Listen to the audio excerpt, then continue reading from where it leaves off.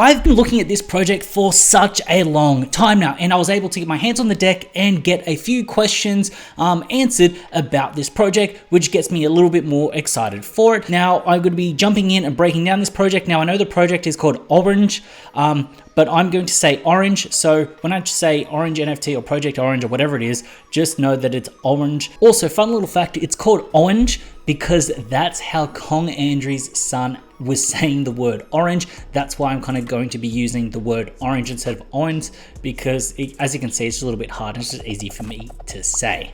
Now, this is a deep dive in on this project and a little bit of history about it and where it comes from, how it all comes together for the actual project that's launching soon. And the project is launching in mid to late November, and it is a supply of 10,000. So this is not financial advice. You got to do your own research, but this is my analysis of it and having a look at it just to kind of give you an idea.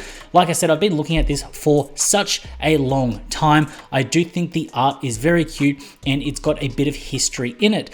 Kicking off, they've got 153,000 followers on Twitter, but they've also got that pre-mint link down here, and you can actually jump in and sort of register. I think this is a very smart thing to do, just not on this project, but just every project overall.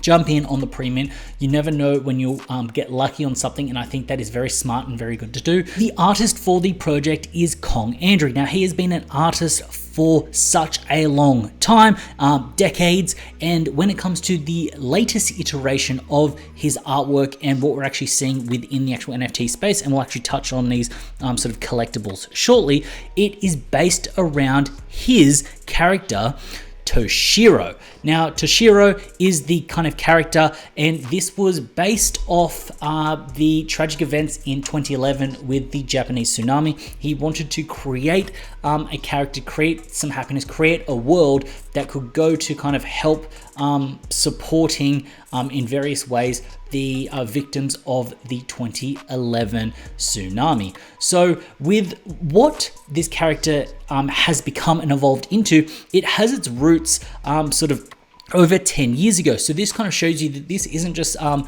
kind of an artist jumping on and going, hey, cool, how can I kind of just make a character to kind of whip it up and sell it? Or it's not a Fiverr artist. This is an established artist that has actually been doing this for such a long time, and he has built an entire world around this character. So when it comes to the protagonist, there is some weight here with what has actually kind of been developed over the past 10 years or so. Now, when you actually jump on and have a look at his website, you can actually jump into his online store, and you can actually buy these characters. So $110 for some of the characters. And I think this is really fun because it shows you that he's actually kind of built this world and this brand that is Orange. And I think that this is smart because he is starting to kind of move this forward into a digital collectible space, which means that people that do know and love this brand are able to move in and get a piece of it when it comes to the NFT space. Now, this isn't Kong's first time in the NFT space. He has dabbled with some Genesis collections.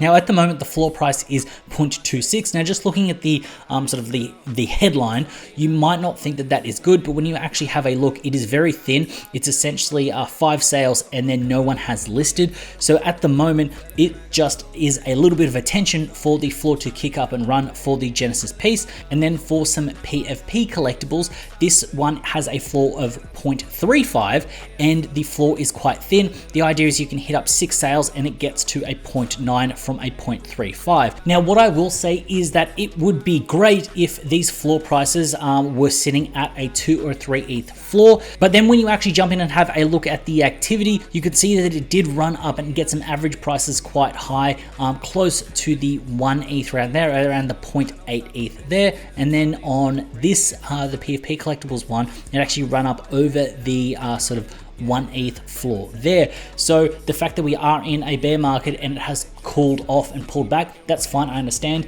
But for me, this kind of shows you that there is an appetite for the art. People do actually like it, which is another green flag and something that I kind of like the look of. Also, I have seen some of the PFPs around. When you see them, they are distinct, and I think they do look cool. Now, yes, it's nice to have the good art and the heritage of the artist and the brand around it, but you do need a good team to actually support it to get it to market.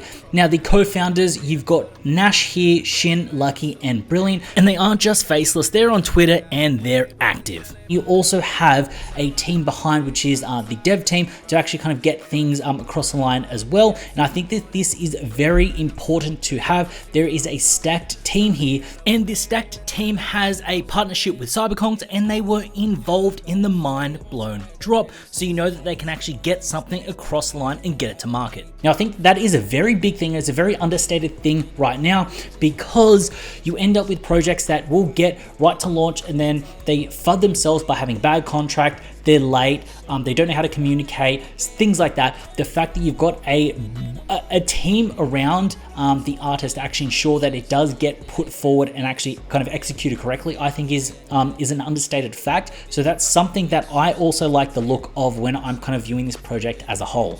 So the TLDR of why I'm interested in this project, and it's most likely going to take my mint money when it comes to mint day as opposed to other projects, is the fact that it has a large enough following, and I think that that is important.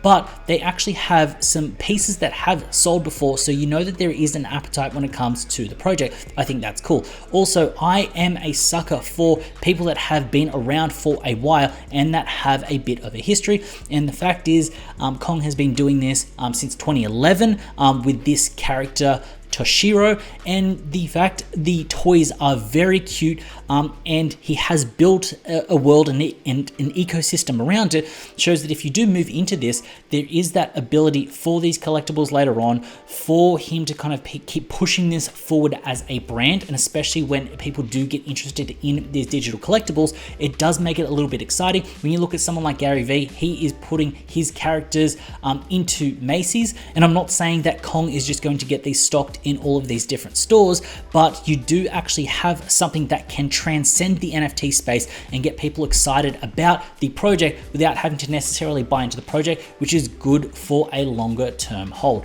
So that is a breakdown of Orange and why I am excited for this project. Now, full disclosure, I am on the whitelist for this project. My group is also got some spots for this project.